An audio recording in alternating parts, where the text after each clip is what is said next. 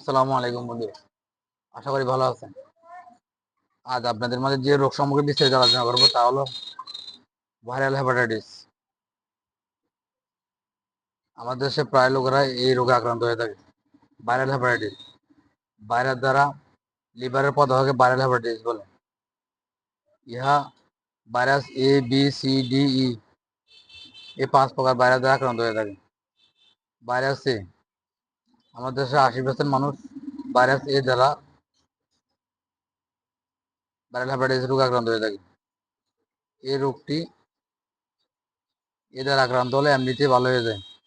কদিন বিশ্রাম নিলে, গ্লুকোজ জাতীয় খানা খেলে, ডাবের পানি খেলে, ঠান্ডা বিশ্রাম জীবনযাপন করলে এমনিতে ভালো হয়ে যায়। ভাইরাস বি, 20% রোগী আক্রান্ত হয়ে থাকে। এতে লিভার 10% নষ্ট হওয়ার সম্ভাবনা থাকে।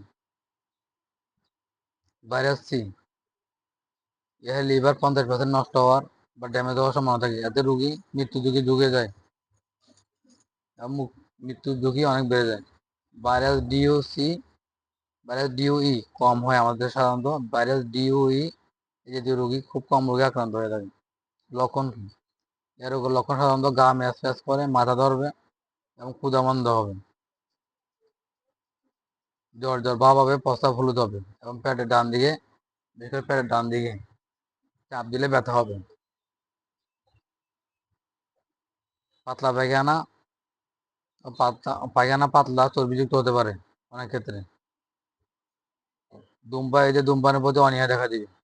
আক্রান্ত রোগী ব্যক্তির দেহ, চোখ, মুখ, নাক, পেট ও বুক, বিশেষ করে হাতের তালু এতে হলুদ বর্ণ ধারণ করে।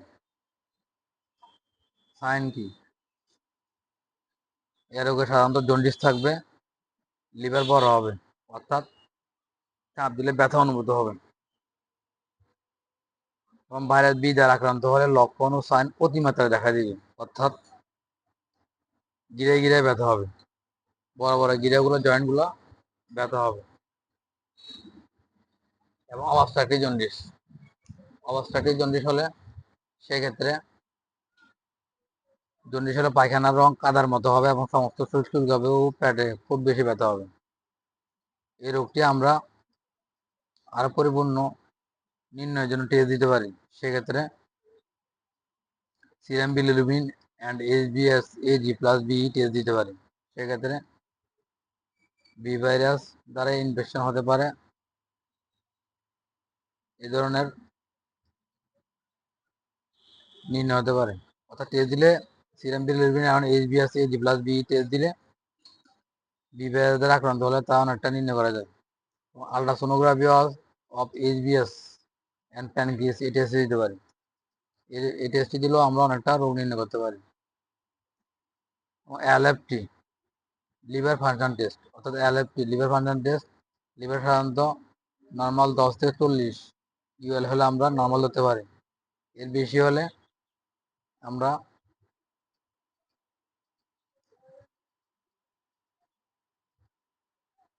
জন্ডিস হয়েছে বলে ধরে নিতে পারি। এবং SGPT ও SGOT এই টেস্টটি দিতে পারি। এই টেস্টটির মাধ্যমে সাধারণত SGPT ও SGOT বৃদ্ধি পাবে। যদি এই রোগটা হয়ে থাকে সেক্ষেত্রে SGPT ও SGOT বৃদ্ধি পাবে। সিরোসিস জটিলতা, এই রোগটির জটিলতা সাধারণত সিরোসিস অফ লিভার হতে পারে, অর্থাৎ ক্রনিক সিরোসিস অফ লিভার হতে পারে। সেক্ষেত্রে রোগী মৃত্যুর দিকে ঝুঁকে যাবে। এই রোগটি সাধারণত যাদের হয় তাদেরকে আমরা যে সকল ওষুধ খেতে নিষেধ করতে পারি তা হলো প্যারাসিটামল জাতীয় ওষুধ। এই রোগটি যাদের হয়েছে তাদের প্যারাসিটামল ওষুধ একেবারে খাওয়া নিষেধ এবং ডায়াজিপাম জাতীয় ওষুধ খাওয়া একেবারে নিষেধ। এই রোগটির চিকিৎসা কি? এই রোগটির চিকিৎসার ক্ষেত্রে সাধারণত আমরা স্যালাইন দিতে পারি। সেক্ষেত্রে 5% অথবা 10% ডেক্সোস স্যালাইনের সাথে, অর্থাৎ জি এর সাথে 25% ডেক্সোস মিক্স করে আমরা দিতে পারি। সেক্ষেত্রে প্রতি মিনিটে 30 ফোঁটা করে দিতে পারি। সাথে আমরা অ্যাসকর্বিক অ্যাসিড, অর্থাৎ ভিটামিন সি এবং ভিটামিন বি কমপ্লেক্স, অর্থাৎ B50 জাতীয় ইঞ্জেকশন এই জাতীয় ওষুধ আমরা স্যালাইনের সাথে মিক্স করে দিতে পারি।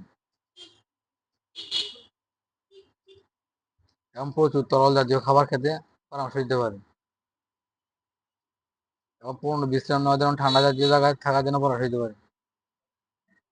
এবং সাথে সিবিট ট্যাবলেটটা 250 mg আমরা 3 বেলা প্রতি বেলা একটি করে 3 বেলা 3টি ট্যাবলেট চুষে খাওয়ার জন্য পরামর্শ দিতে পারি। এবং আমরা ভিটামিন বি কমপ্লেক্স ট্যাবলেট জাতীয় ওষুধ যেমন অক্সিবিট অথবা ভিটামিন বি কমপ্লেক্স ক্যাপসুল জাতীয় ওষুধ সেগুলো B50 ক্যাপসুল আমরা 3 বেলা 3টি খাওয়ার পরে খাওয়ার জন্য পরামর্শ দিতে পারি। এই রোগটি প্রতিরোধের জন্য আমরা সেফেক্সিন জাতীয় ওষুধ সকালে একটি রাতে একটি 2 বেলায় 2টি করে মোট 7 দিন খাওয়ার পরামর্শ দিতে পারে। উপদেশ: